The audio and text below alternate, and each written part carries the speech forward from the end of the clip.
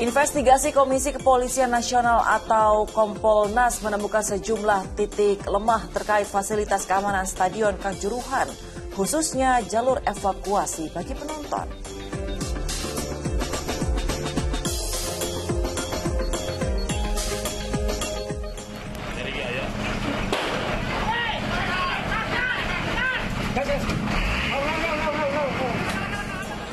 Diduga depresi lantaran sang ibu meninggal dunia, seorang pria mengamuk dengan membawa senjata tajam.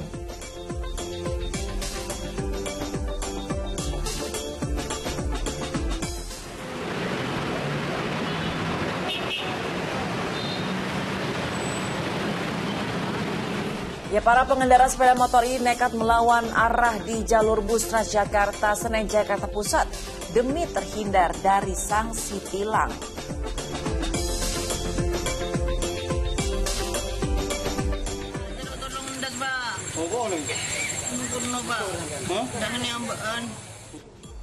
Gelap mata membuat seorang pria nekat bacok selingkuhan istrinya hingga korban berlumur darah terkapar di sebuah kebun.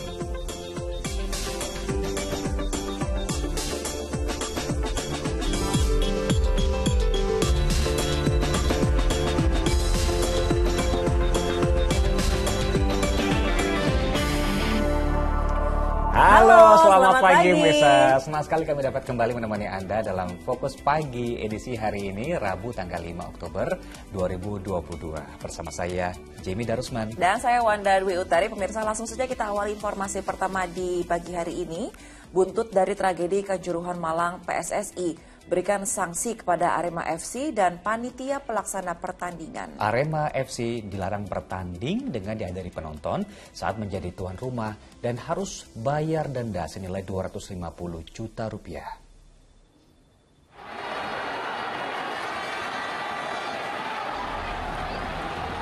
Terkait Stadion Kanjuruhan Malang, Jawa Timur memaksa PSSI membentuk tim penyelidikan atau investigasi sesuai arahan Presiden Joko Widodo. Tim telah bekerja sejak hari Minggu, diantaranya mereka meninjau langsung ke tempat kejadian hingga mengumpulkan keterangan dari sejumlah supporter Arema FC. PSSI akhirnya menjatuhkan sanksi larangan beraktivitas di lingkungan sepak bola seumur hidup untuk ketua panitia dan security officer karena kelalaiannya. Sementara selain mendapat sanksi dilarang bertanding di kandang sendiri berikut penontonnya dilarang hadir, Arema FC juga harus membayar denda 250 juta rupiah. Bahkan laga Arema FC juga dijauhkan dari home base Malang dengan jarak 250 km. Keputusannya adalah dilarang menyelenggarakan pertandingan dengan penonton sebagai host, sebagai tuan rumah. Dan harus dilaksanakan di tempat yang jauh dari home base Malang. Sebagai evaluasi, PSSI segera membuat format baru khususnya aturan pengamanan pertandingan di Indonesia. Tujuannya untuk menghindari kejadian serupa di dunia persepak bolaan di tanah air. Agi Kurnia Sandi melaporkan dari Malang, Jawa Timur. Di awal sempat kita singgung ya, di mana Kompolnas atau Komisi Kepolisian Nasional tengah menginvestigasi dua hal penting yang jadi sorotan dalam kerusuhan di Stadion Kanjuruhan Malang, yakni soal tembakan gas air mata dan sejumlah pintu stadion yang diduga dalam keadaan terkunci. Ya, ini padahal dalam setiap pertandingan sepak bola biasanya pintu stadion dibuka 15 menit sebelum laga berakhir. Komisi Kepolisian Nasional atau Kompolnas Selasa siang meninjau Stadion Kanjuruhan guna melakukan investigasi kerusuhan yang banyak menelan korban jiwa dan luka-luka. Dari hasil investigasi ini ditemukan sejumlah titik lemah terkait dengan fasilitas keamanan stadion berkapasitas 38.000 penonton ini, khususnya jalur evakuasi bagi penonton jika terjadi situasi darurat. Memang untuk kondisi stadion ini dari sisi keamanan sangat lemah. Pertama adalah tempat-tempat evakuasi itu kalau kita perhatikan dalam keadaan normal pun berbahaya. Normal ya berbahaya, apalagi darurat. Nah tadi disebut ada tindakan eksesif sampai ada tembakan gas air mata, dan itu menimbulkan kepanikan orang, apalagi seperti itu. Jadi normal pun stadion ini keluar pasti desak-desakan, itu normal, apalagi seperti itu. Kompolnas juga tengah menginvestigasi mengapa sejumlah pintu stadion dalam keadaan terkunci ketika petaka terjadi. Padahal dalam pertandingan sepak bola, biasanya pintu stadion sudah dibuka 15 menit sebelum laga berakhir. Temuan penting Kompolnas lainnya adalah soal pelontar gas air mata. Informasi yang diperoleh Kompolnas, tidak ada perintah kepada anggota kepolisian untuk membawa pelontar gas air mata. Aturan di FIFA menyebutkan memang membawa saja tidak boleh. Nah, ini yang kita teliti mengapa sampai terjadi seperti itu, karena tidak ada instruksi untuk gas air mata. Ini yang sedang kita sedang teliti dari pihak Badi maupun pihak program. Kami Kompolnas kan tidak punya kewenangan sampai pro justisia, tetapi kami memantau semua proses yang sudah dilakukan. Penembakan gas air mata ini akan dijadikan bukti Kompolnas lantaran diduga sebagai pemicu kerusuhan hingga mengakibatkan 125 orang tewas dan 100 lainnya luka-luka. Nur Ramadan melaporkan dari Malang, Jawa Timur. Pemirsa, tangis haru mewarnai doa bersama yang digelar aliansi supporter bola di sejumlah daerah termasuk Madiun, Jawa Timur. Nah, sama halnya di Surabaya, Wali Kota Heru Cahyadi bersama tim Persebaya dan ribuan bonek juga menggelar doa bersama di Balai Kota Surabaya Selasa malam.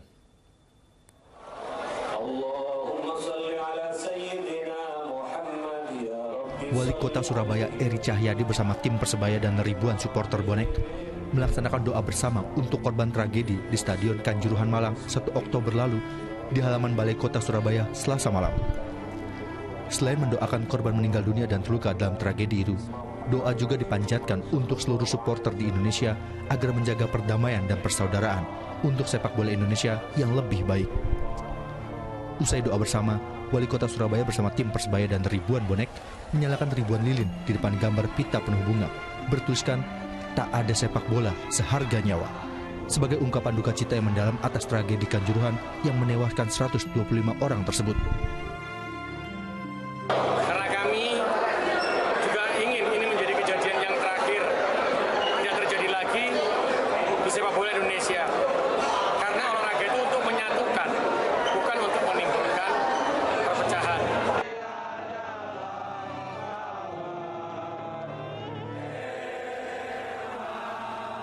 Di Madiun, Jawa Timur, tangis haru mewarnai doa bersama yang diikuti ribuan supporter sepak bola dan ratusan anggota TNI Polri yang digelar di halaman depan Stadion Wilis, Kota Madiun Selasa malam. Mereka berharap momentum ini bisa dijadikan sebagai titik balik agar tidak ada lagi bentrok antar supporter.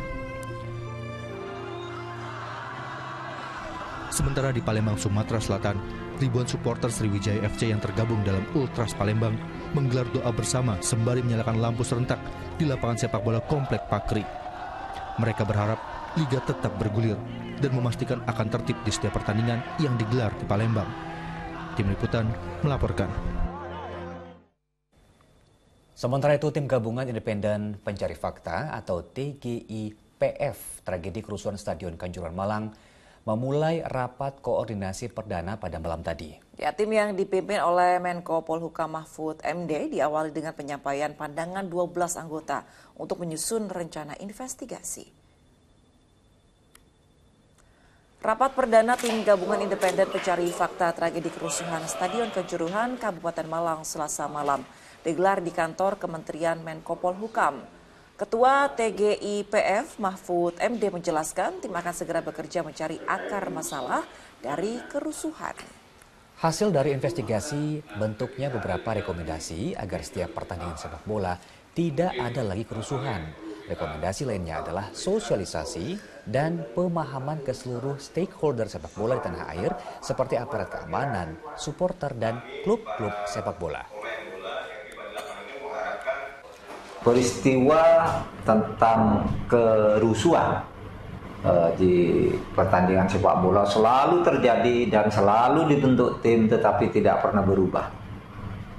Sehingga akar masalahnya harus dikemukakan oleh tim ini untuk kemudian direkomendasikan apa yang harus dilakukan untuk menyelesaikan akar masalah itu. Itulah kerja tim ini, termasuk nanti menjatuhkan atau merekomendasikan penjatuhan sanksi maupun perombakan organisasi. Itu mungkin saja. Pemirsa, tim penyidik Bareskrim Mabes Polri dan Polda Jatim memeriksa 29 saksi terkait tragedi di Stadion Kanjuruhan Malang, Jawa Timur. Dan yang tak kalah penting, tim lapor kini juga tengah mendalami kamera pengawas atau CCTV yang merekam kejadian di 6 titik pintu keluar Stadion Kanjuruhan. Dalam keterangan pers di Aula Mapolres Malang, Kepala Divisi Humas Polri, Irjen Dedi Prasetyo menjelaskan, dari 29 orang yang diperiksa, 23 orang diantaranya adalah anggota Polri yang bertugas di Kanjuruhan, dan 6 orang saksi lainnya dari panitia penyelenggara. Proses pemeriksaan akan berlangsung hingga Rabu, sebelum polisi menetapkan status tersangka dalam tragedi ini. Kemudian untuk lapor, hari ini masih mendalami 6 titik CCTV. Khususnya di pintu 3, 9, 10, 11, pintu 12, dan pintu 13. Kenapa di 6 titik CCTV ini yang didalami oleh lapor? Karena dari hasil analisa sementara, disinilah titik jatuhnya korban yang cukup banyak. Sementara itu, pada hari Rabu, tim penyidik berencana memeriksa Direktur PT Liga Indonesia Baru atau PT LIB sebagai operator Liga 1, serta melanjutkan pemeriksaan terhadap Ketua Panitia Penyelenggara Pertandingan Abdul Haris. Nur Ramadan melaporkan dari Malang, Jawa Timur. Baik, kita beralih ke informasi lainnya. Maraknya parkir liar dan PKL yang menempati trotoar di kawasan Pasar Senen dan juga Pasar Tanah Abang, Jakarta paksa petugas untuk melakukan tindakan tegas. Ya, beberapa kendaraan roda 2 yang ditemukan melanggar, ban motornya digembosi petugas. Kedatangan Satpol PP dan Dinas Perhubungan membuat pemilik kendaraan roda 2 panik. Mereka khawatir kendaraan mereka yang diparkir di atas trotoar di kawasan stasiun Pasar Senen, Jakarta Pusat diangkut petugas. Dalam penertiban kali ini, petugas tidak mengangkut motor yang melanggar, tetapi hanya digembosi. Penyisiran kemudian dilanjutkan ke kawasan Pasar Impres Senen. Di tempat tersebut, petugas menemukan banyak parkir liar maupun pedagang kaki lima yang menggunakan trotoar untuk berjualan.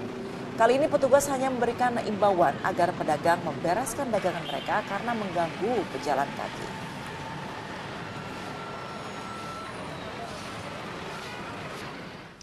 Penertiban di kawasan Tanah Abang, Jakarta Pusat ini membuat pengemudi ojek berlarian untuk memindahkan motor mereka. Beberapa pengemudi melanggar memohon agar motor mereka tidak diangkut. Namun petugas tidak menggubris dan motor para pelanggar tetap diangkut. Dari hasil penertiban sepanjang Selasa kemarin, petugas mengangkut 10 sepeda motor untuk dibawa ke kantor Sudin Perhubungan Jakarta Pusat.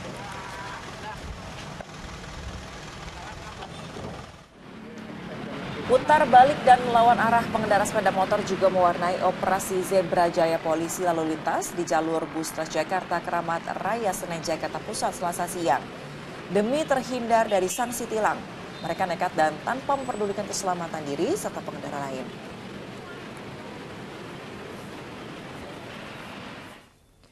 Di informasi lain, pemirsa, banjir mengepung sejumlah wilayah di ibu kota menyusul hujan deras yang mengguyur Jakarta. Ya, di antaranya di kawasan Mampang, ya. Petugas BPBD dan Basnas Jakarta Selatan harus berjibaku susuri arus air setinggi 1,5 meter untuk mengevakuasi warga yang memilih bertahan di rumah.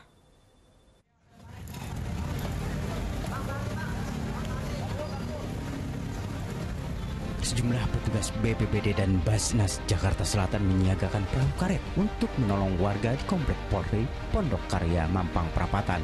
Pasalnya, warga memilih bertahan di rumah kendati ketinggian banjir mencapai 150 cm. Selain hujan deras, luapan Kali Mampang menjadi penyebab banjir menggerus permukiman warga di kawasan ini. Antara 1 meter sampai 1,5 meter. Pak, dengan adanya banjir gini, Pak, ini kan banjir tinggi nih, Pak. Bapak gimana, Pak? Mengungsinya, Pak? Ya, kalau saya sih udah biasa. Berarti memang memilih bertahan di sini, Pak, ya? Iya. Di Cilandak, Pasar Minggu, Jakarta Selatan, sejumlah petugas juga berjuang untuk menolong warga yang terjebak banjir. Ketinggian banjir lebih dari 1 meter akibat Kali Krukut meluap. Sebagian dari warga terpaksa mengungsi ke posko penanganan banjir. Tinggian air berarti Pak kira-kira? Ya 2 meter itu, 2 meter kalau di sini loh, kalau di sana ya kurang tahu, pasti 3-an. Nah kalau rumah ibu sendiri Bu? Nah itu habis. Sempat ada dievakuasi Bu? Ya evakuasi masing-masing. Genangan air setinggi 50 cm di kawasan Taman Kemang, Jakarta Selatan Selasa sore juga membuat sejumlah kendaraan mogok. Sebagian pesepeda motor memilih melintasi trotoar untuk menghindari banjir. Sementara petugas gabungan berjibaku menyedot banjir yang merendam Jalan Kemang Raya. Pasalnya selain melumpuhkan arus lalu lintas, banyak karyawan terjebak dan tak bisa pulang ke rumahnya. Bahkan akibat banjir, seorang karyawan baru bisa mengeluarkan kendaraan Rabu dini hari untuk pulang ke rumah. Tadi kita banjir. Ini baru bisa keluar berarti ya? Hah? Baru bisa keluar motor? Baru bisa keluar. Dari jam berapa tadi Bang? Hah? Abang dari jam berapa di dalam? Dari jam sore, jam 6-an. Ruas Jalan Dharma Wangsa Raya Kebayoran Baru, Jakarta Selatan Selasa sore juga terendam banjir setinggi 60 cm. Sejumlah kendaraan tidak bisa melintas, bahkan diantaranya ada yang mogok karena nekat menerobos banjir.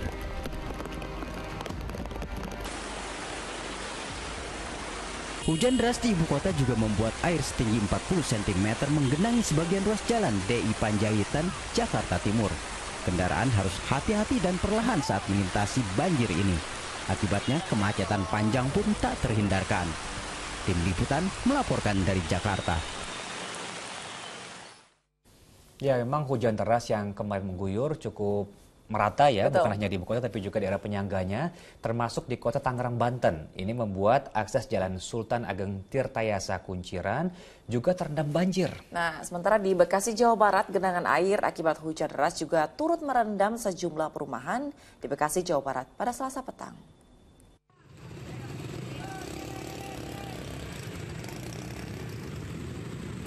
Para pengendara sepeda motor ini memilih untuk berputar arah guna menghindari banjir yang merendam perumahan Narogong Indah, Bekasi, Jawa Barat Selasa petang. Banjir dengan ketinggian mencapai 70 cm ini diduga terjadi akibat intensitas hujan yang tinggi dan buruknya saluran air di bagian depan perumahan. Tak sedikit sepeda motor yang mogok usai memaksakan diri melintasi genangan air. Tadi mogoknya di mana nih Pak? Itu terjebak macet. Dihidupin susah. Rame orang berarti di situ tadi Pak? Rame tuh, pada kepunggung di sana. Nggak bisa keluar tuh di parkiran. Banjir juga turut merendam ratusan rumah di perumahan Jati Bening Permai, Pondok Gede, Kota Bekasi. Ketinggian air mencapai 60 cm pada Selasa petang. Selain diakibatkan tingginya intensitas hujan, buruknya drainase di sekitar perumahan juga menjadi salah satu penyebab wilayah ini tergenang air. Pihak keamanan perumahan terpaksa menutup akses jalan guna menghindari masyarakat yang memaksakan diri melintas. Pihak perumahan mengaktifkan mesin pompa air untuk menyedot air guna mempercepat air surut.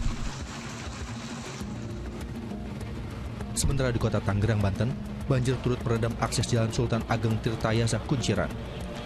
Selain hujan deras dan buruknya drainase, banjir juga diakibatkan meluapnya saluran irigasi yang tak mampu menampung air kiriman. Warga berharap pemerintah kota Tangerang lebih serius menangani permasalahan banjir yang kerap terjadi di kala musim penghujan datang. Tim Liputan melaporkan. Pemirsa, hujan deras yang terjadi di Jabodetabek menyebabkan jalan tol lingkar luar TB Simatupang Cilandak, Jakarta Selatan terendam banjir. Kondisi yang sama juga terjadi di ruas tol Jakarta menuju BSD, Tangerang Selatan. Beberapa kendaraan terjebak dalam kemacetan panjang dari arah Jakarta menuju BSD Tangerang Selatan di ruas tol kilometer 8 Selasa sore. Kemacetan terjadi disebabkan ruas tol terendam banjir setinggi hampir 1 meter. Untuk mencegah kemacetan semakin parah, polisi terpaksa memberlakukan rekayasa lalu lintas mulai dari kilometer 8. Kilometer 8 ada genangan air setinggi 90 cm. Jadi kendaraan arus lalu lintas yang memasuki tol sementara kita tutup dulu untuk mengurangi kepadatan yang ada di dalam tol. Banjir juga terjadi di ruas tol lingkar luar TB Simatupang Cilandak, Jakarta Selatan. Ketinggian banjir di tol itu mencapai 30 hingga 50 cm. Dampaknya arus lalu lintas macet parah. Seperti yang terekam oleh seorang pengguna jalan, banjir merendam lajur kiri sehingga kendaraan yang datang dari arah Pasar Minggu menuju Lebak Bulus hanya menggunakan 2 lajur yang tersisa. Beberapa petugas jalan berusaha keras mengurai kemacetan agar tidak semakin panjang. Ya terganggu juga, ya karena kan hujannya kan deras. Jadi untuk mobil atau pengendara motor yang di luar jalur jalan tol juga macet. Hujan deras yang terjadi di Jabodetabek tidak saja terjadi di jalan raya, tetapi juga menggenangi permukiman warga. Tim Liputan melaporkan. Di informasi lainnya, kobaran api hanguskan 3 bangunan rumah di Kabupaten Bogor, Jawa Barat. Ya, si Jago Merah juga turut membakar sebuah kendaraan bak terbuka dan 4 sepeda motor. Jangan terlalu dekat nanti tabung gas segala macam. Kobaran api dengan cepat menghanguskan sebuah rumah warga sekaligus toko kelontong di Desa Tonjong, Kabupaten Bogor, Jawa Barat, Selasa malam. Diduga api berasal dari lilin yang menyala karena pada saat kejadian, wilayah ini sedang terjadi pemadaman listrik. Peristiwa berawal saat pemilik rumah sedang melayani konsumen yang membeli bensin eceran. Bahan bakar minyak yang tumpah tiba-tiba disambar api lilin yang berada di dekatnya. Banyaknya bahan yang mudah terbakar membuat api cepat membesar dan menjalar hingga turut membakar 2 bangunan rumah yang ada di sebelahnya. Untuk unit kita ada 5 unit, Cibinong 2 unit, Parung 2 unit, Ciawi 1 unit. Api berhasil dipadamkan berapa jam kemudian api? Dipadamkan berapa kemudian? Untuk pemadaman tadi berapa? Ya kurang lebih 1 jam lah. Selain rumah warga, api juga turut membakar 4 sepeda motor dan sebuah mobil bak terbuka. Tidak ada korban dalam insiden ini. Asep Solihin melaporkan dari Kabupaten Bogor, Jawa Barat. Diduga mengalami remblong saat jalanan menurun, sebuah truk bermuatan adonan semen di Lamongan, Jawa Timur terlibat kecelakaan beruntun hingga menabrak 4 kendaraan lain. Truk molen yang hilang kendali itu akhirnya terguling, melintang di tengah jalan hingga menyebabkan kemacetan panjang.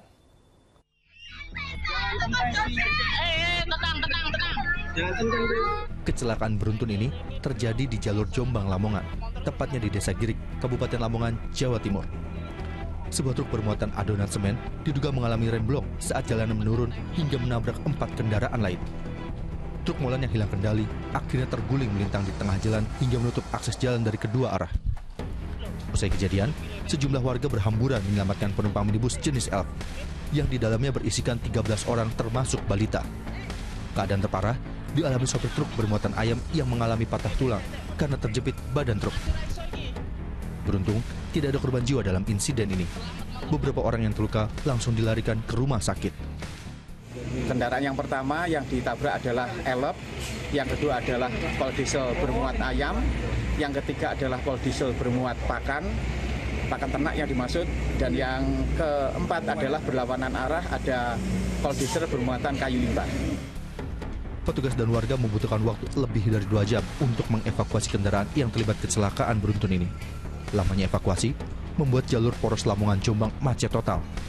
Hingga kini kasus kecelakaan yang melibatkan 5 kendaraan tersebut masih dalam penanganan petugas Satlantas Polres Lamongan. Sapari Ranu Wijaya melaporkan dari Lamongan, Jawa Timur. Kita beralih ke informasi lainnya, penyidik limpahkan tahap 2 kasus dugaan pembunuhan berencana Brigadir Yosua dengan tersangka mantan Kadif Propam Polri Verdi Sambo ke Kejaksaan. Ya, selain kasus pembunuhan berencana, barang bukti tersebut juga terkait kasus merintangi penyidikan.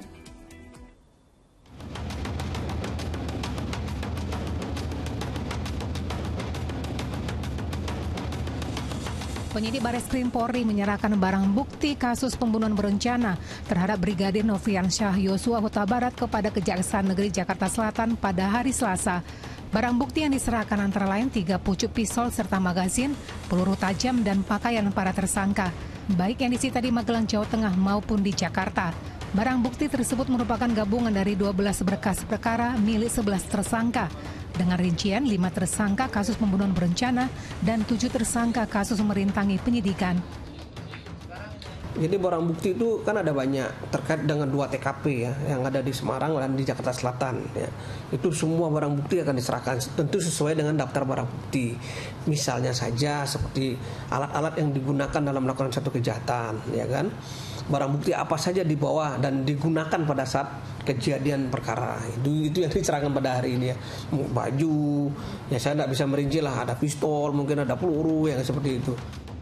Sementara 5 tersangka pembunuhan berencana termasuk Ferdi Sambo dan istrinya Putri Chandrawati, serta 7 tersangka lain kasus merintangi penyidikan akan diserahkan kepada Kejaksaan pada hari Rabu.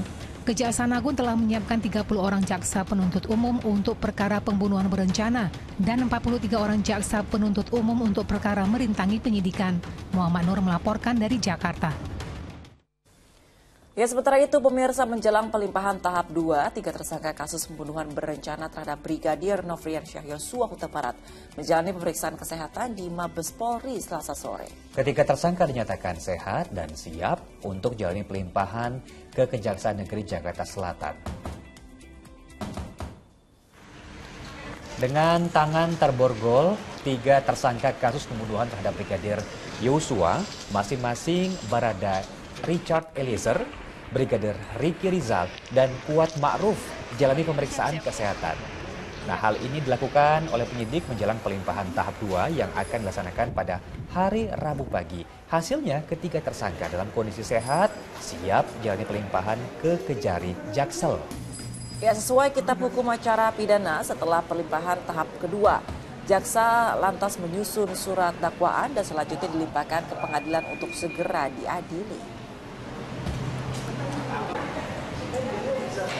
Segala kemungkinan kita siap ya, kalaupun juga nanti untuk dihadapkan dengan saudara Efes juga pun siap, karena dalam rangka kepentingan pembelaan Baradae tentunya kami akan maksimal ya. Kalau memang dari majelis hakim untuk minta secara bertemu langsung, kami juga pun siap. Pemirsa, prahara biduk rumah tangga pasangan selebriti Lesti Kejora dan Rizky Bilar Kamis besok mulai babak baru. Rizky Bilar rencananya akan diperiksa penyidik secara perdana terkait dengan dugaan KDRT yang dialami oleh Lesti. Sementara aparat kepolisian sudah mengantongi sejumlah alat bukti, antara lain ada keterangan saksi, barang bukti hasil visum, dan juga rekaman CCTV di rumah Lesti.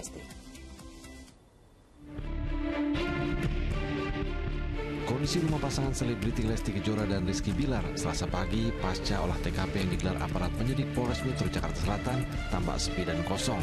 Tak terlihat aktivitas para penghuni rumah. Di luar hanya tampak kendaraan pribadi Lesti Bilar. Ya, saudara, beginilah kondisi dari kediaman Lesti Kejora dan juga Rizky Bilar pada pagi hari ini. Tidak ada aktivitas yang terlihat, baik penjagaan ataupun juga aktivitas dari dalam rumah keduanya. Olah TKP ini sudah dilakukan oleh tim penyidik Polres Metro Jakarta Selatan pada hari kemarin ini secara tertutup dan disampaikan dan juga disaksikan oleh pihak RT setempat dan juga pihak dari keluarga Muhammad Rizky atau Rizky Bilar yang diwakili oleh kakaknya. Senin sore aparat penyidik Polres Metro Jakarta Selatan menggelar olah tempat kejadian perkara di kediaman penyanyi dangdut Lesti Kejora di kawasan Cilandak, Jakarta Selatan. Dari olah TKP yang digelar secara tertutup, polisi sudah memperoleh sejumlah barang bukti berupa rekaman CCTV, foto hingga hasil visum. Tak hanya itu, polisi juga mengumpulkan alat bukti berupa keterangan saksi yakni asisten rumah tangga hingga karyawan Leslar Entertainment. Jadi untuk perkara suatu kasus itu kita wajib untuk cek TKP. Di situ pasti ada barang bukti yang untuk memperjelas suatu kasus ini. Baik itu dari visum kemarin, kemudian dari foto, kemudian kita mencari untuk CCTV yang bisa melihat kejadian jelas. Kapan, ya, jam berapa, oleh siapa, ya, jadi korban siapa dan pelakunya siapa. Apakah kamu akan memaafkan dan menerima kembali jika aku selingkuh? Biduk prahara rumah tangga pedangdut berusia 23 tahun ini berawal dari Rizky Bilar yang emosi karena diduga ketahuan berselingkuh. Rizky Bilar yang marah lalu melakukan kekerasan fisik kepada Lesti Kejora berulang kali hingga mengakibatkan sejumlah luka lebam di tubuhnya. Lesti Kejora kemudian membuat laporan KDRT yang dialaminya ke kepolisian. Sementara itu beredar foto terkini kondisi Lesti Kejora dengan menggunakan penyangga leher yang tengah dirawat di sebuah rumah sakit. Rencananya Kamis esok tim penyidik akan memeriksa Rizky Bilar. Tim liputan melaporkan dari Jakarta. Fokus Pagi segera kembali pemirsa dengan informasi diduga depresi lantaran sang ibu meninggal dunia. Seorang pria mengamuk dengan membawa senjata tajam. Kami kembali sesaat lagi.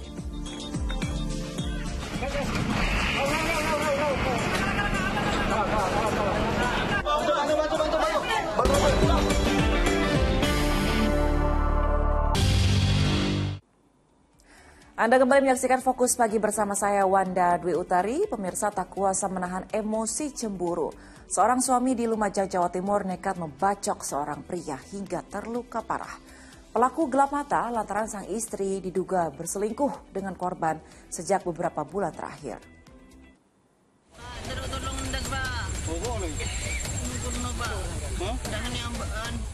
Inilah video amatir yang direkam warga saat seorang pria terkapar di Kebon Sengon, Desa Selok Awar-Awar, Lumajang, Jawa Timur, Selasa sore. Pria yang mengalami luka bacok dan berlumuran darah ini terus berteriak meminta pertolongan kepada sejumlah orang yang melintas. Warga akhirnya menolong pria berusia 30 tahun itu dan membawanya ke Rumah Sakit Umum Daerah Pasirian untuk mendapatkan perawatan medis. Tak butuh waktu lama, polisi akhirnya mengamankan pelaku penganiayaan. Pelaku nekat menyerang korban dengan celurit secara membabi buta lantaran emosi terhadap korban yang diduga menjalin hubungan dengan istrinya. Di lapangan kemudian kami bersama dengan Bapak Kasat Reskrim, dengan Resmob dan Kanit Reskrim Polres Polsek Pasirian melakukan upaya penyelidikan ya terhadap para pelaku tersebut. Kemudian jadi setelah kita lakukan upaya penangkapan terhadap pelaku tersebut bahwa motif awalnya adalah asmara. Saat ini korban masih menjalani perawatan intensif di Rumah Sakit Jatiroto, Lumajang, karena mengalami luka bacok cukup serius. Sementara, pelaku kini dijerat pasal 351 KUHP tentang penganiayaan dengan ancaman hukuman 5 tahun penjara. Nur Salim melaporkan di Lumajang, Jawa Timur. Kedapatan mencuri barang berharga milik pacar gelapnya yang sudah bersuami. Seorang pria di Purwoharjo, Banyuwangi, Jawa Timur ditangkap polisi. Mirisnya tersangka berbuat jahat saat korban meninggal dunia di kamar indekosnya karena sakit.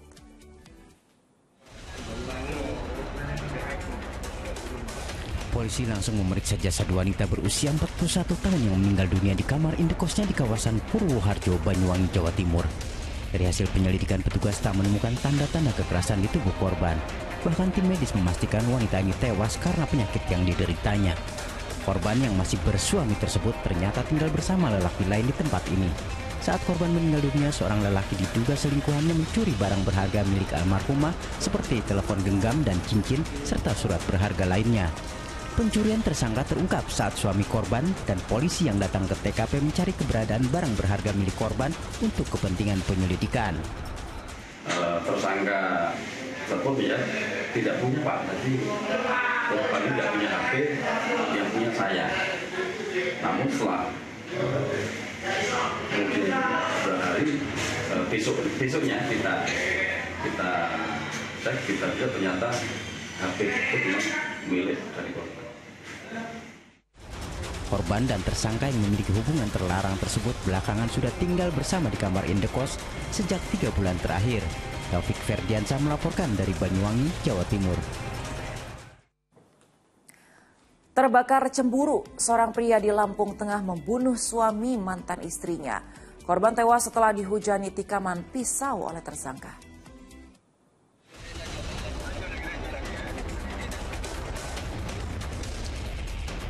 Sejumlah warga melihat polisi yang melakukan olah tempat kejadian perkara di sebuah rumah di Desa Tanjung Ratu, Lampung Tengah, Lampung. Di rumah tersebut seorang pria dibunuh mantan suami istrinya. Sebelum terjadi peristiwa maut itu, tersangka mendatangi rumah mantan istrinya dan terjadi cekcok mulut yang berakhir dengan tewasnya korban. Tersangka menghujani tubuh korban dengan sebilah pisau dapur yang didapat di rumah tersebut. Polisi membekuk tersangka di Pelabuhan Bakahuni saat tengah berusaha kabur ke Pulau Jawa. Dari hasil pemeriksaan terungkap, tersangka cemburu mantan istrinya menikah lagi berselang 3 bulan setelah bercerai darinya. Padahal mereka sudah menikah siri selama 12 tahun. Motivasinya adalah cemburu. Jadi si pelaku merupakan mantan suami siri daripada istri korban. Yang korban adalah suami baru daripada si wanita yang sama tersebut. Atas perbuatannya, tersangka terancam dikenakan sanksi penjara seumur hidup karena dugaan pembunuhan. Ari Susanto melaporkan dari Lampung Tengah, Lampung. Suami istri pengusaha kayu ditemukan tewas mengenaskan di rumahnya di Lebak, Banten. Polisi menduga keduanya dibunuh antara tengah malam hingga menjelang dini hari.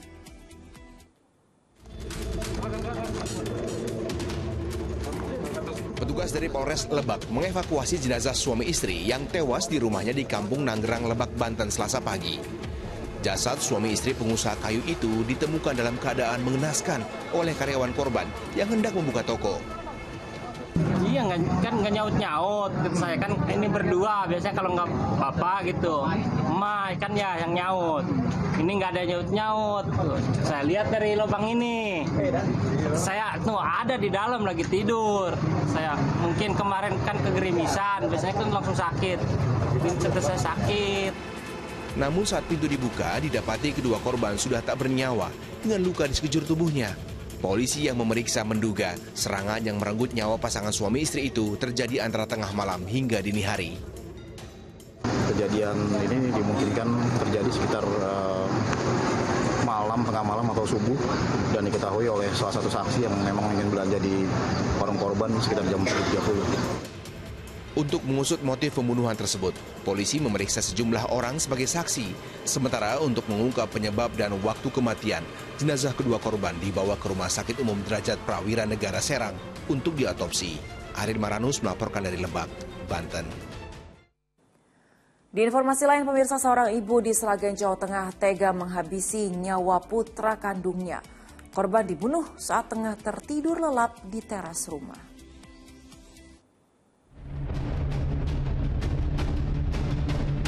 Para tetangga melayat ke rumah wanita berinisial S yang masih dipasang garis polisi di Desa Sidoharjo, Sragen, Jawa Tengah, Selasa pagi. Sebelumnya di rumah itu terjadi tragedi berdarah yang mengagetkan warga. Wanita pemilik rumah itu tega menghabisi nyawa putra kandungnya Suwarno berusia 40 tahun. Saat tertidur di teras rumah, tersangka menghantam kepala korban menggunakan batu dan cangkul hingga tewas Selasa dini hari. Tersangka lalu membungkus jasad anaknya dengan tikar plastik dan mengikatnya di tangga. Sebelumnya korban yang sudah berumah tangga bermaksud pulang ke rumah ibunya, namun tidak diizinkan oleh sang ibu hingga akhirnya pria itu tidur di teras rumah. Tim Inafis Polres Sragen telah melakukan olah TKP dan menyita barang bukti diantaranya batu, cangkul, dan tikar serta tali yang digunakan mengikat jasad korban. Tersangka nekat membunuh anaknya lantaran korban kerap melawan dan berbuat kriminal. Bahkan anak pertamanya itu pernah mendekam di penjara akibat tindakan kriminal yang dilakukan sehingga membuat malu tersangka. Pengakuan awal dari tersangka, jadi si korban ini sering buat malu, sering buat malu dalam artian ada laporan dari warga suka mencuri, terus ada laporan dari warga juga anak ini tidak nurut, hasilnya pada saat disuruh juga oleh orang tua, oleh ibu ini tidak nurut, malah sering marah-marahin si ibu ini. Setelah diotopsi, jenazah korban Selasa sore dimakamkan di tempat pemakaman umum Dusun Globongan, Sragen. Heri Prasetyo melaporkan dari Sragen, Jawa Tengah. Seorang pria di Tulang Bawang, Lampung ditangkap polisi karena diduga mencabuli anak tetangganya yang masih di bawah umur. Selain itu, polisi juga menyita 1 pucuk senjata api lengkap dengan 8 butir pelurunya yang kerap digunakan tersangka untuk mengancam korban.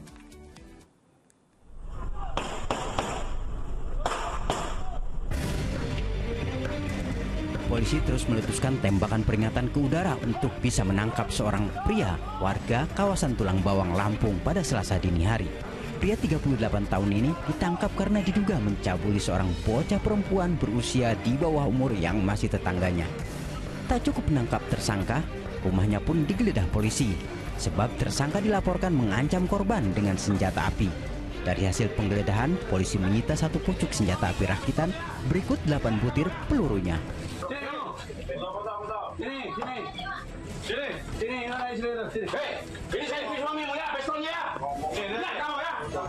Tersangka sudah sangat meresahkan warga. Ia merupakan preman kampung yang sering mengumbar senjata api miliknya ke warga, termasuk untuk mengintimidasi para korban yang dicabulinya.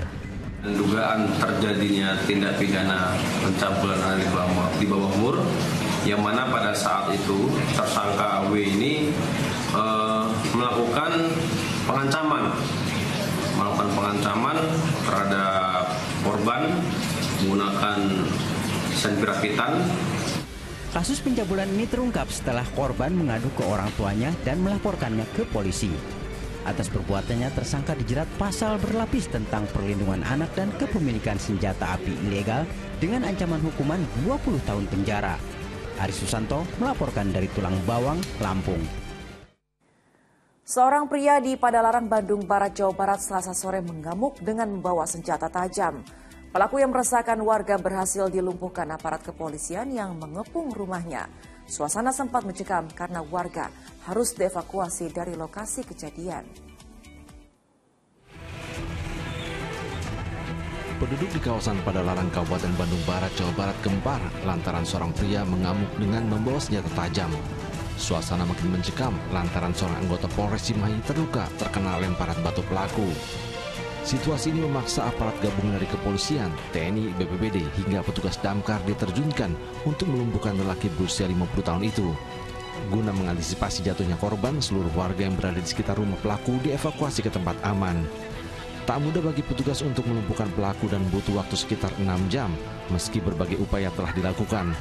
Puluhan personel dikerahkan karena pelaku beberapa kali menyerang petugas dengan senjata tajam seperti samurai, golok hingga linggis.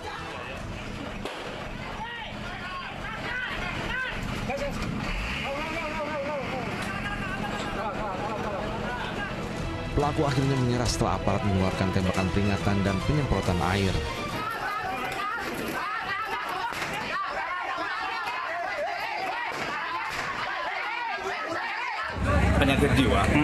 Penyakit jiwa ditambah tadi ibunya meninggal dunia, jadi mungkin dalam kondisi kurang stabil, sehingga yang bersangkutan melakukan lebih ini lagi gitu intinya. Orang ini dianggap sudah tidak bisa dikendalikan atau membahayakan, sehingga mau nggak mau kami menurunkan pasukan dari Satuan Dalmas Mapta menggunakan peralatan lengkap. Jadi sesuai SOP, sesuai protap. Awalnya seperti yang rekan-rekan dapat saksikan dari awal tadi mengikuti sampai terakhir, ya sudah kita kerahkan segala upaya. Pelaku mengamuk dengan senjata tajam diduga depresi lantaran sang ibu meninggal dunia Selasa pagi. Muhammad Abbas melaporkan dari Bandung, Jawa Barat. Ya, usai jeda kami akan segera kembali pemirsa dengan informasi air masuk dari arah parkiran Gedung Sate ke kantor pengadaan barang dan jasa Pemprov Jabar setelah hujan deras mengguyur kota Bandung. Informasi selengkapnya sesaat lagi bersama rekan Jenny Darusman.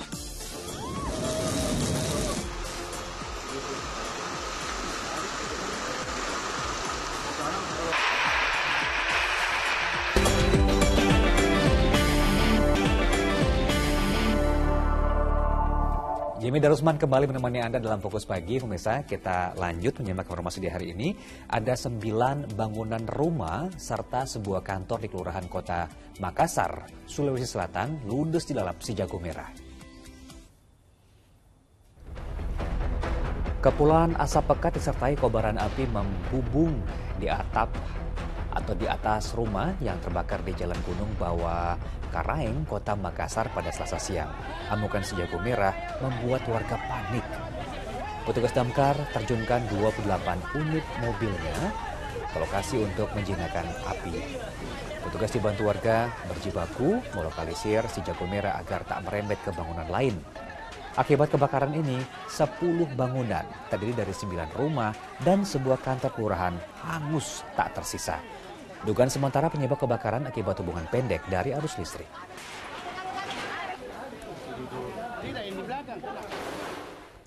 Kita beralih ke Jawa Barat. Hujan deras yang mengguyur kota Bandung mengakibatkan kantor pengadaan barang dan jasa Provinsi Jabar tergenang luapan air hingga ketinggian 30 cm.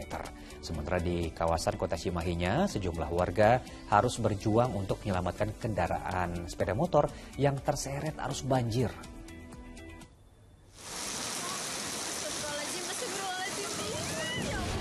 Sejumlah warga ini tengah berjuang untuk menyelamatkan seorang pengendara motor yang terseret arus banjir sejauh 15 meter di kota Cimahi, Jawa Barat. Banjir dengan luapan air yang deras dan berubah jadi sungai terpantau di sejumlah ruas jalan Cipageran, Cianjuang, dan Jalan Mahar Marta Negara. Bahkan banjir dengan ketinggian selutut orang dewasa membuat ruas Jalan Nasional Jenderal Amir Mahmud tertutup. Kemacetan parah pun terjadi karena banyak kendaraan yang melawan arus untuk menghindari genangan air. Beberapa kendaraan, terutama sepeda motor, mogok akibat mati mesin. Penyebabnya apa sih Bang kalau tahu? Ya, kesatu. Ya, ininya udah nggak mampu ya. Pokoknya semenjak gorong-gorongnya ini diganti baru, pokoknya tambah parah aja gitu.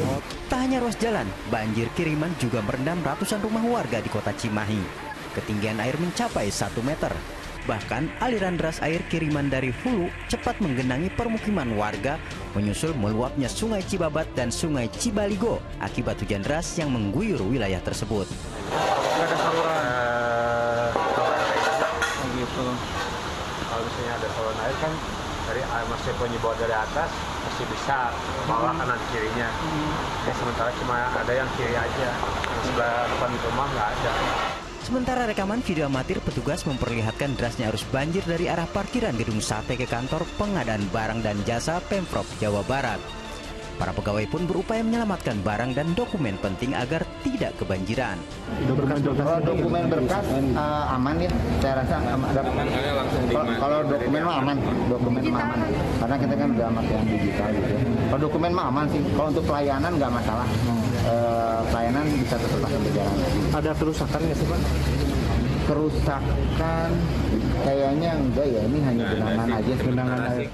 Usai banjir, petugas langsung membersihkan ruangan yang terdampak.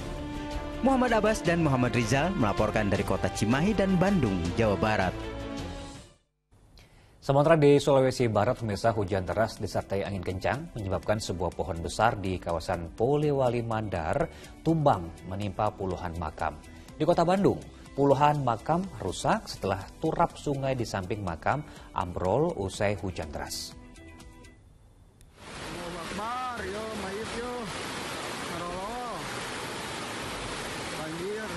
Warga kota Bandung Selasa sore terkejut menyaksikan sejumlah makam di kompleks TPU Sirna Raga ambrol hingga beberapa jenazah dan kain kafannya menjulur keluar dari turap tebing yang ambrol. Turap Sungai Cilimus tepat di samping makam itu ambrol sepanjang 30 meter usai hujan deras mengguyur kota Bandung. Akibatnya 25 makam rusak, di mana 18 makam diantaranya masih bisa diperbaiki, sementara 7 makam harus dipindahkan agar tak hanyut. Petugas belum bisa mengevakuasi 7 jenazah dari makam yang rusak karena terkendala hujan, serta masih menunggu persetujuan ahli waris. 7 makam tersebut, diantaranya 5 orang anak-anak, kemudian yang 2 dewasa. Nah, ini lagi konfirmasi dengan ahli waris. Untuk selanjutnya kami koordinasi dengan TPU, pihak kepolisian, koordinasi dengan TPU, karena melihat cuaca juga ini lagi menginventarisir siapa-siapa ahli warisnya. Nanti kita akan lakukan koordinasi untuk pemindahan pemakaman. Sementara itu di Polewali Mandar, sejumlah warga lingkungan Ujung Gaspol langsung berdatangan untuk memeriksa kondisi makam keluarga mereka usai mendengar pohon besar di kompleks makam itu tumbang.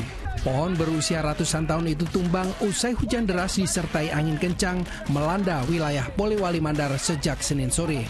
Akibatnya sekitar 70 makam rusak, bahkan sebagian makam sampai terbongkar. Warga masih menunggu kedatangan Dinas Lingkungan Hidup Polewali Mandar yang akan mengevakuasi pohon tumbang itu sebelum mereka bisa memperbaiki makam yang rusak. Tim Liputan melaporkan.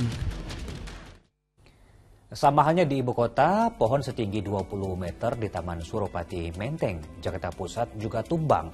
Tak ada korban jiwa dalam peristiwa itu, namun arus lalu lintas terpaksa dialihkan karena batang menutupi ruas jalan. Pohon besar di Taman Suropati Menteng, Jakarta Pusat tumbang hingga menutupi ruas jalan. Kendaraan yang melintas dari arah Bundaran HI menuju Jalan Diponegoro terpaksa dialihkan memutari Taman Suropati. Petugas berupaya untuk membersihkan pohon tumbang yang halangi akses jalan. Pohon setinggi mahoni, pohon setinggi 20 meter berjenis mahoni ini tumbang pada tengah malam, diduga akibat lapuk dimakan usia.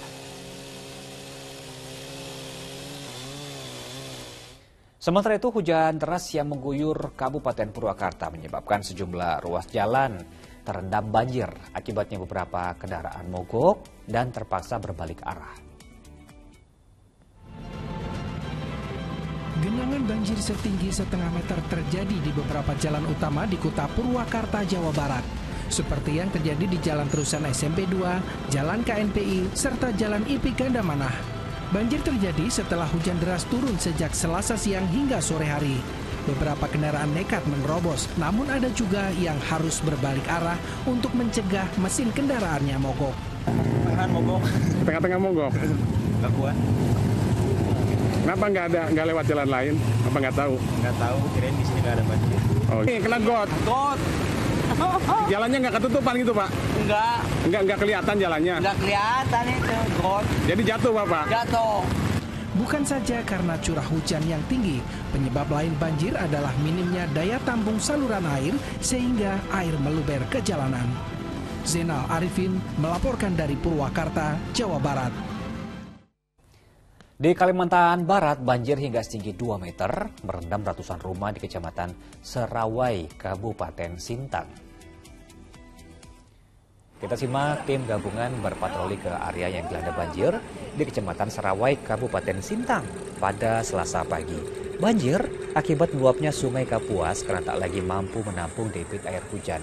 Kondisi semakin diperparah oleh banjir kiriman dari kawasan hulu sungai. Akibatnya, ratusan rumah di 10 desa di Serawai terendam hingga setinggi 2 meter. Banjir juga merendam pasar Serawai hingga aktivitas di sana lumpuh. Puluhan toko dan kios pedagang terendam juga setinggi hingga 2 meter. Banyak warga yang bertahan di lantai 2 rumah sambil menjaga harta bendanya.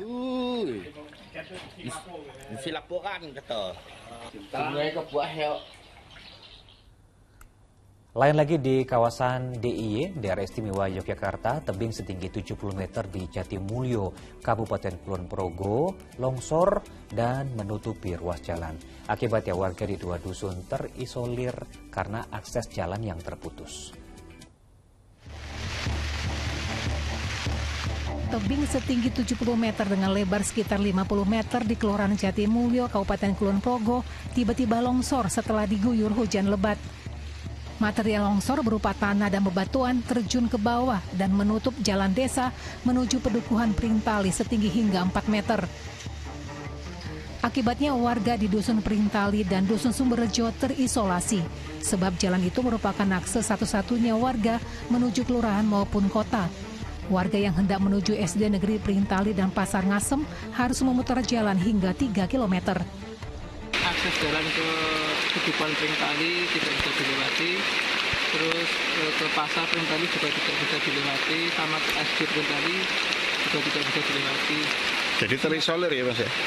Terisolir ya warga di sini? Terisolir. BPBD Kulon Progo mencatat ada 14 titik longsor di wilayah Kulon Progo. Sampai saat ini yang kita terima ada 14 kejadian. Selain menutup akses jalan, longsor juga merusak sejumlah rumah warga. Kristianto Nugroho melaporkan dari Kabupaten Kulon Progo, Daerah Istimewa Yogyakarta. Ya, pemerintah memang meminta kita untuk lebih waspada karena pada musim peralihan ini kondisi tanah tengah labil. Seperti di Cimahi, sejumlah rumah terancam tergerus longsor susulan setelah tebing setinggi 15 meter runtuh usai diguyur hujan. Material reruntuhan tebing itu juga menutupi akses jalan.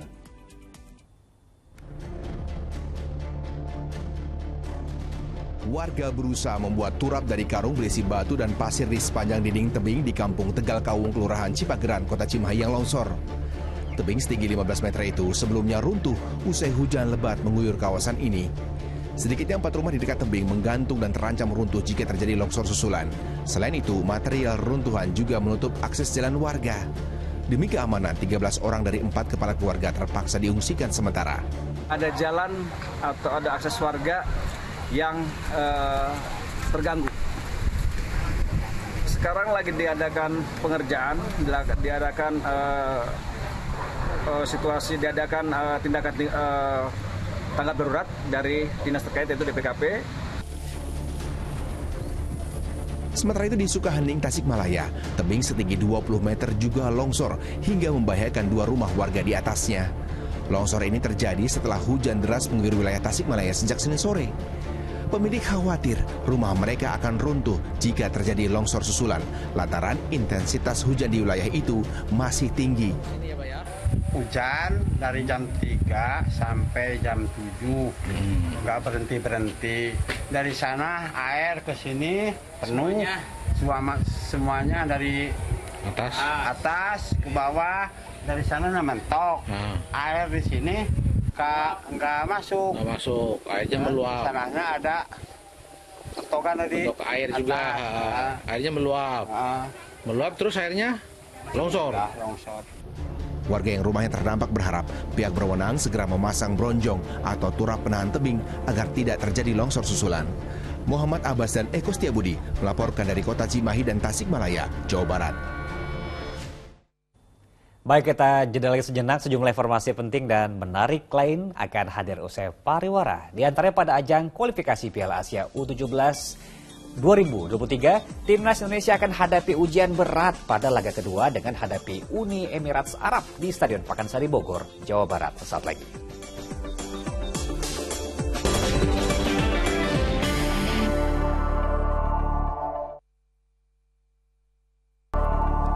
Terima kasih Anda kembali menyaksikan Fokus Pagi bersama saya Wanda Dwi Utari. Dan saya Jimmy Darusman. Pemirsa, diduga korsleting, sebuah minibus bermuatan bahan bakar minyak terbakar di jalur Pantura, area Winangun, Kabupaten Cirebon, Jawa Barat. Ya, sementara di Pangandaran, seorang sopir luka bakar akibat minibus pengangkut BBM terbakar. Aduh, maka tulungan dia menjauh ke Pantura. Api berkobar hebat pada sebuah minibus di Jalan Raya Cigugur, Pangandaran, Jawa Barat. Kebakaran kendaraan bermuatan BBM sebanyak 180 liter ini terekam video amatir warga. Dugaan sementara hubungan pendek arus listrik menjadi penyebab peristiwa tersebut. Selain menghanguskan seluruh badan mobil, sopir juga luka bakar dan harus menjalani perawatan intensif di rumah sakit. Korbannya saat ini sudah berada tadi pagi sudah dirujuk ke Puskesmas Cigugur dan karena lukanya luka bakar, akhirnya dirujuk ke Rumah Sakit Pandega Kabupaten Pangandaran. Itu supir dan? Pengemudi kendaraan itu. Sementara di jalur Pantura Arjawinangun Cirebon, Selasa malam petugas harus berjibaku untuk menundukkan si jago merah yang melahap sebuah minibus pengangkut BBM. Kejadian yang diduga akibat korsleting listrik ini terekam video amatir warga. Eko Setiabudi dan Maruli Habibi melaporkan dari Pangandaran dan Cirebon, Jawa Barat. Pemirsa, rumah merangkap warung sembako milik seorang anggota polisi di Lampung Barat, Lampung ludes terbakar. Dan ini kebakaran dipicu oleh tangki dispenser POM mini di warung itu tersambar petir. Kebakaran warung. Kobaran api dengan cepat menghanguskan sebuah rumah serta warung sembako milik seorang anggota polisi di Desa Padang Dalem, Lampung Barat pada Selasa siang kemarin. Diduga kebakaran terjadi akibat tangki dispenser POM mini di warung tersebut tersambar petir saat hujan deras. Ceceran bahan bakar minyak dari POM mini itu membuat api dengan cepat membesar. Api berhasil dijinakan 1 jam kemudian setelah 3 mobil damkar dikerahkan. Tak ada korban jiwa, namun kerugian materi ditaksir mencapai ratusan juta rupiah. Ya Allah, ya Rabbi. Seorang wisatawan asal Amerika Serikat terseret arus saat bermain arung jeram di wilayah Gianyar, Bali. Air yang mendadak pasang diduga menjadi penyebab perahu yang ditumpanginya terbalik.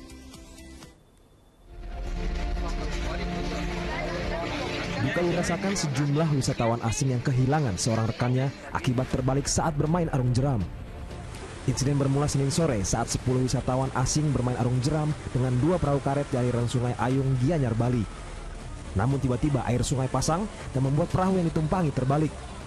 Dari 9 wisatawan asing yang hanyut, hanya 1 wisatawan asal Amerika Serikat bernama Robinau Clifford yang belum ditemukan. Sekitar jam 3 sore, mendadak air sungai pasang, sehingga perahu yang ditumpangi oleh wisatawan yang rafting di Ayung Rafting itu karena debit air naik terbalik. Pencarian kembali dilakukan tim penyelamat pada Selasa siang dengan menyisir aliran Sungai Ayung di wilayah Mambal, Kabupaten Badung. Arianto Hutapea melaporkan dari Gianyar, Bali. Di informasi lainnya, pemirsa, jasad seorang anggota TNI yang diduga diterkam buaya di perairan pantai Desa Paratina, Kabupaten Kepulauan Sula, Maluku Utara, akhirnya ditemukan. Ya, korban yang bertugas di Kodim 1510 Sula itu diterkam buaya saat sedang memanah ikan.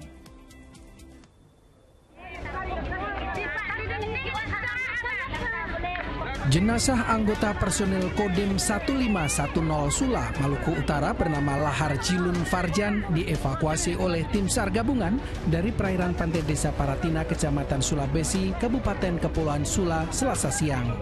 Jasad korban ditemukan mengapung tak jauh dari lokasi kejadian awal, ia diterkam buaya.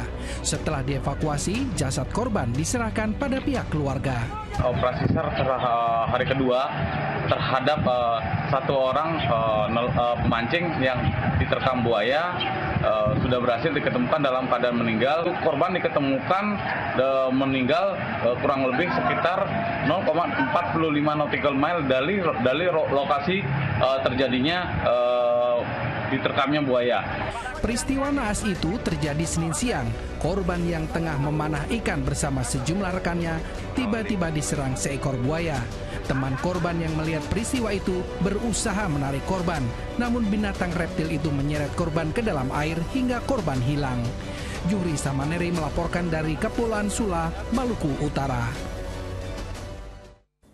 Baik, kita beralih ke informasi lainnya. Pemirsa, jelang peringatan hari ulang tahun ke-77 TNI. TNI Angkatan Udara menggelar latihan di Landasan Udara Selatan Bandara Halim Perdana Kusuma, Jakarta. Ya, dalam latihan TNI AU kerahkan sejumlah pesawat tempur berbagai jenis untuk memeriahkan HUT ke-77 TNI.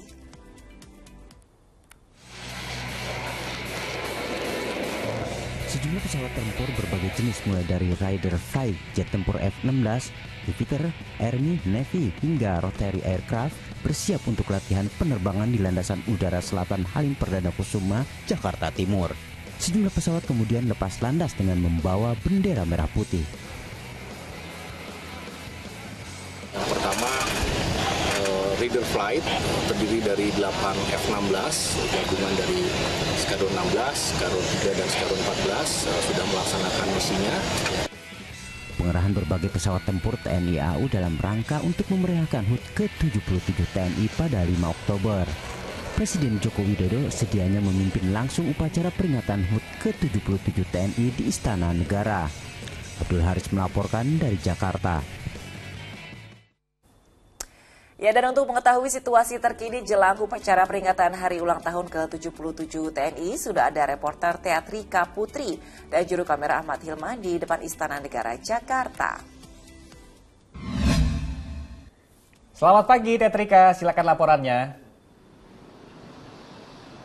Ya, Jamie dan juga Wanda, memang pada hari ini akan digelar perayaan hari ulang tahun TNI yang ke-77 di halaman Istana Merdeka, Jakarta Pusat. Menurut pantauan kami, memang di sekitar kawasan istana ini sudah mulai terlihat persiapannya, seperti alutsista yang akan dipamerkan ini sudah terlihat disiapkan dengan baik oleh para prajurit TNI. Selain itu, pengamanan di kawasan sekitar istana ini juga sudah mulai terlihat. Kami tadi melihat tim K9 ini sudah mulai turun untuk melakukan pengamanan di sekitar kawasan Istana Merdeka. Serta untuk pengalihan atau penutupan jalan di kawasan Istana Merdeka ini kami belum melihat adanya penutupan jalan sehingga arus lalu lintas ini masih berjalan normal dan juga seperti biasa.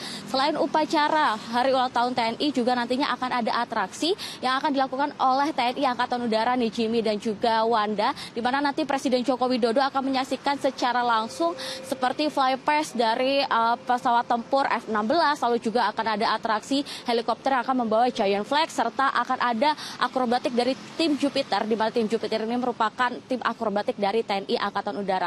Selain itu ada juga yang istimewa nih Jamie dan juga Wanda, nantinya pada peringatan hari ulang tahun TNI yang ke-77 tahun ini akan ada atraksi dari atraksi pasukan TNI dari halaman Istana Merdeka menuju Bundaran HI, di mana akan ada sebanyak 63 alutsista yang akan dipamerkan di sekitar atau dari halaman Istana Merdeka menuju Bundaran HI, sehingga masyarakat yang penasaran dan ingin melihat secara langsung seperti apa alutsista dari TNI ini bisa dilihat dari halaman Istana Merdeka menuju ke Bundaran HI. Sementara ini Jamie dan juga Wanda kembali ke studio. Menarik sekali ya, sangat membanggakan. Terima kasih Teatrika Putri melaporkan langsung dari kawasan Medan Merdeka, Jakarta.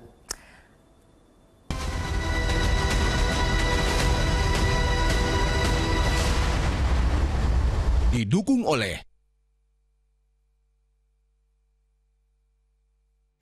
Ya, dari ajang kualifikasi Piala Asia U17 2023, pemirsa Timnas Indonesia akan menghadapi ujian berat pada laga kedua dengan menghadapi Uni Emirat Arab di Stadion Pakansari Bogor, Jawa Barat. Nah, pertandingan diprediksi akan berjalan sengit karena laga tersebut menjadi duel perdana bagi kedua kesebelasan di ajang kompetitif. Tim nasional Indonesia U17 akan melakoni laga berat dalam melakoni petualangannya di kualifikasi Piala Asia U17 2023. Garuda Asia akan menghadapi pemuncak klasemen sementara grup B, yakni Uni Emirat Arab di Stadion Pakansari Bogor, Jawa Barat, Rabu malam. Kemenangan telak 14-0 atas Guam di laga pembuka tentu menjadi motivasi lebih bagi skuad asuhan Bima Sakti untuk bisa kembali menorehkan poin penuh. Arhan Kaka yang berhasil mencetak kuatrik di laga kontra Guam diprediksi akan kembali diandalkan di barisan depan untuk membongkar pertahanan UAE. Jelang laga malam nanti, tim pelatih cenderung untuk fokus memulihkan kebugaran pemain. Cara ini dilakukan untuk mengantisipasi padatnya jadwal kualifikasi yang sangat menguras kondisi fisik para pemain. Sementara di grup lawan, kekuatan UAE jelas tak bisa diremehkan. Tim besutan Alberto Gonzalez saat ini kokoh di puncak klasemen sementara grup B dengan 6 poin. UAE sukses membukukan 2 kemenangan di 2 laga awal babak kualifikasi, yakni kontra Guam dan Palestina. Pertandingan ini juga akan menjadi duel perdana bagi kedua kesebelasan di ajang kompetitif. Garuda Asia wajib menorehkan kemenangan untuk bisa mengkudeta posisi UAE di daftar teratas, sekaligus untuk terus menjaga asa lolos ke putaran final Piala Asia U17 2023. Tim Liputan melaporkan.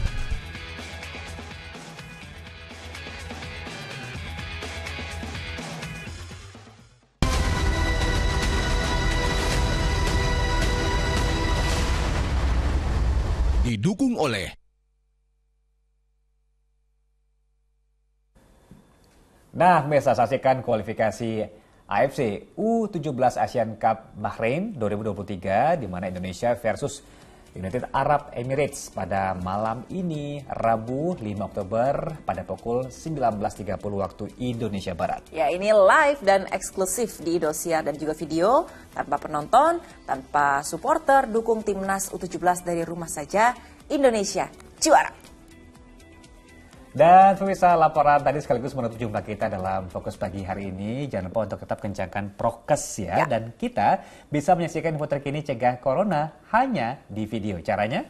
Unduh aplikasinya sekarang. Dan juga ayo dukung operasi katarak, hernia, donor darah, dan hitan gratis bagi warga tidak mampu di sejumlah tempat di Indonesia. Sampaikan kepedulian Anda di rekening BCA di 162-633-8888 atas nama Yayasan Pundi Amal Peduli Kasih, karena kepedulian kita adalah harapan bagi mereka. Jangan lupa usai Fokus Pagi, kita dapat menyaksikan program Mega Series Panggilan. Saya Jamie Darusman. Dan saya Wanda Dwi Utari pamit. Terima kasih atas kebersamaan Anda. Selamat pagi. Selamat beraktivitas. Sampai jumpa.